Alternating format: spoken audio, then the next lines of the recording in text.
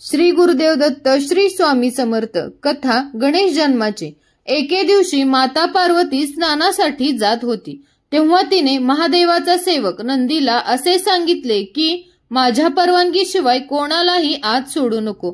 माता पार्वतीने आदेश दिल्याप्रमाणे नंदी बाहेर राखण करत बसला।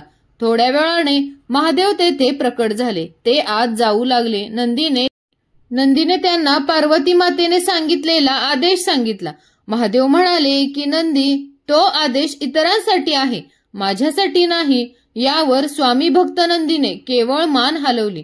त्यांना नमस्कार करून तो तेथून निघून गेला। देवी पार्वतीने मळापासून केला गणपती। दिव्य मंत्राने प्राण फुंकले। देवी पार्वतीला महादेव आल्याची चाहूल लागली। तिने महादेवांना विचारले की तुम्ही आत येताना नंदीने तुम्हास अडवले नाही का? यावर महादेव म्हणाले, तो माझा एकनिष्ठ आहे, तो केवळ माझ्या आज्ञेचे पालन करतो। महादेवाचे उत्तर ऐकून पार्वती विचारात पडली। पार्वतीने असा विचार केला की आपण एखादा असा गण तयार करावा की तो स्वतःच्या बुद्धीने विचार करून निर्णय घेईल, तसेच तो धाडसी आणि पराक्रमीही असेल। हा विचार अंमलात आणण्यासाठी तिने एक कृती केली। पार्वतीने अंगाला जे हळद आणि उटणे लावलेले होते त्याच्या मळापासून तिने एक मूर्ती तयार केली। त्या सुबक मूर्तीत पार्वतीने आपल्या दिव्य मंत्राने प्राण फुंकले। ती सुंदर मूर्ती आता एक रूपवान बालकात रूपांतरित झाली। पार्वती त्या बालकाला निहाळतच राहिली। तिने त्यास बालगणेश अशी हाक मारली। तो बालगणेश तिला माता म्हणून बिलगला। माता पार्वतीच्या डोळ्यात आनंदाश्रू दाटून आले। आईच्या गुणाप्रमाणेच बालगणेश तेजस्वी आणि बुद्धिमान होता। बालगणेशाने आपल्या मातेस तसे वचन दिले। एके दिवशी स्नानास जाताना पार्वतीने त्यास सांगितले की आजपासून तू माझा पुत्र आहेस, गौरीपुत्र बालगणेश। बालगणेश आईचे हे बोलणे मनापासून ऐकत होता। माता पार्वती बालगणेशास प्रेमाने कुरवाळून सांगते की तू माझा लाडका पुत्र आहेस, त्यामुळे मी जे सांगेल त्याचे पालन कर। बालगणेशही आपल्या आईचा प्रत्येक शब्द ऐकत होता। पुढे ती असे म्हणाली की बाळा, मी स्नान करण्यासाठी आत जात आहे, तू दारावर उभा राहा, कोणाचेही आत येऊ देऊ नकोस। बालगणेशाने तसे वचन आपल्या मातेस दिले। माता पार्वती निघून गेल्यावर बालगणेश दारावर द्वारपाल म्हणून पहारा देऊ लागला। काही वेळानंतर देवादिदेव महादेव तेथे आले।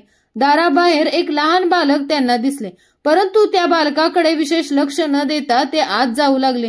तेवढ्यात बालगणेशाने त्यांना पाहिले आणि म्हणाला, थांबा, तुम्ही कोण आहात? तुम्ही आज जाऊ शकत नाहीत, आत जाऊ शकत नाहीत, मी येथे द्वारपाल आहे। बालगणेश मागे हटण्यास तयार नव्हता। त्या लहान बालकाच्या या बोलण्यावर महादेवाने आश्चर्याने पाहिले। ते म्हणाले, अरे बालका, मी येथील सर्व गणांचा स्वामी आहे, मी शिवशंकर आहे, तुझी पार्वती माता माझी पत्नी आहे, त्यामुळे कुणीही मला आत जाण्यापासून रोखू शकत नाही, तू तर मुळीच नाही। महादेवाच्या या बोलण्यावर बालकाने असे सांगितले की मला माझ्या मातेने जो आदेश दिलेला आहे त्याचे मी पालन करत आहे। तुम्ही तिन्ही जगाचे स्वामी जरी असला तरी मला माझ्या मातेचे बोल महत्वाचे आहेत। लहान बालकाच्या आतापर्यंतच्या सर्व बोलण्याकडे महादेव कौतुकाने उत्तर देत होते, परंतु त्याच्या या हेकेखोर वक्तव्यामुळे ते चिडले। त्यांनी पुन्हा काही केल्या बालगणेशा मागे हटण्यास तयार नव्हता। सांगून पाहिले की मला ग्रहात जाऊ दे, मात्र महादेवांचा राग अनावर। आता मात्र महादेवांचा राग अनावर झाला। महादेव जेवढे भोळे होते, रागीट होते, त्यांनी तिसरा डोळा उघडला म्हणजे त्यांना खूप राग आला। एक लहान चिमुरडा आपल्याशी वाद घालतो, आपल्या पत्नीस भेटण्यास मज्जाव करतो, या विचाराने शंकर भगवान संतप्त झाले। या क्रोधाग्नीतूनच त्यांनी स्वतःचे त्रिशूळ बालगणेशावर उगारले।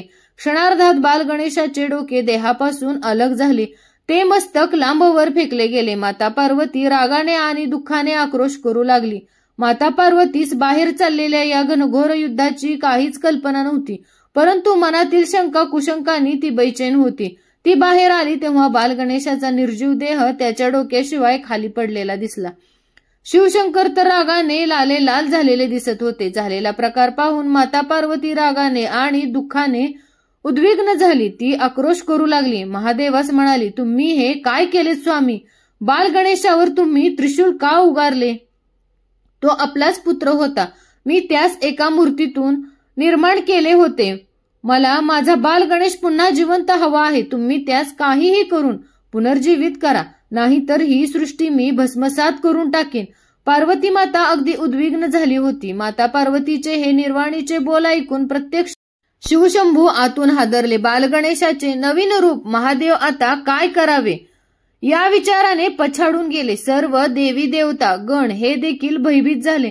माता पार्वतीच्या कोपाला शांत करण्यासाठी बालगणेशास पुन्हा जिवंत करण्यावाचून कोणालाही दुसरा तरुणोपाय दिसत नव्हता. तेव्हा महादेवाने आपल्या गणांना असा आदेश दिला की पृथ्वी लोकावर सर्वात प्रथम तुम्हास जो प्राणी दिसेल त्याचे मस्तक घेऊन या. सर्व गण आपल्या स्वामीच्या आज्ञेचे पालन करण्यासाठी गेले. त्यांना सर्वप्रथम गज अर्थात हत्ती दिसला. गणांनी ताबडतोब त्या गजाचे मस्तक महादेवाच्या स्वाधीन केले. महादेवाने ती शीर बालगणेशाच्या देहावर लावले आणि आपल्या मंत्रोच्चाराने त्यास सजीव केले. आणि काय आश्चर्य, बालगणेश उठून आपल्या माते जाऊन बिलगला. बालगणेशाचे हे नवीन रूप पाहून माता पार्वती बरोबरच सर्वजण आनंदित झाले. शुभ कार्यात प्रथम पूजेचा मान महादेवाने बालगणेशास दिला. बालगणेशास जवळ घेतले आणि त्याला आशीर्वाद दिला की तू सदैव सर्व शुभ कार्यात प्रथम पूजीला जाशील. तुझ्यापासूनच प्रत्येक शुभ कार्याचा आरंभ होईल. अशा प्रकारे बालगणेश आता गजानन म्हणून ओळखला जाऊ लागला. गणेश जयंती पूजा या दिवशी चंद्रदर्शन निषिद्ध असे म्हणतात की विघ्नहर्ता गणेशाच्या जयंती दिनी उपवास व विधीपूर्वक त्यांची पूजा केल्यास संतती सुख आणि वैवाहिक जीवनात सुख मिळते. तसेच माणसाच्या जीवनातील प्रत्येक समस्या दुःखापासून मुक्ती मिळते. बुधकेतूच्या पीडातून मुक्ती मिळते. गणेश जयंतीच्या दिवशी पहाटेच्या शुभ मुहूर्तावर गणपतीला तिळाने स्नान घालावे आणि नंतर फुले, दुर्वा, धूप, दिवा इत्यादींनी पूजा करावी. या दिवशी चंद्रदर्शन निषिद्ध मानले जाते कारण विनायक चतुर्थीला चंद्र दिसल्याने कलंक लागतो असे म्हणतात.